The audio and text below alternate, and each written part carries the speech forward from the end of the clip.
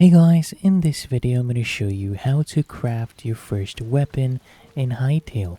The first thing I want you to do is actually go ahead and craft a workbench. The way you do that, you just press tab and then here you'll see builder's workbench. And to craft one, you need any tree trunk and any stone. So you can go ahead and mine a stone and you can go ahead and hit these tree trunks, and once you go ahead and get that, you will also get some other items as well. So if I come here and click on open workbench, you'll see we have different weapons here. We have crude sword, we have crude daggers, for example. You can create a short bow and you can also craft some arrows.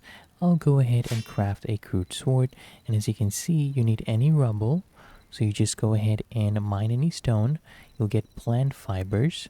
When you go ahead and hit those tree logs, you'll get also some sticks as well.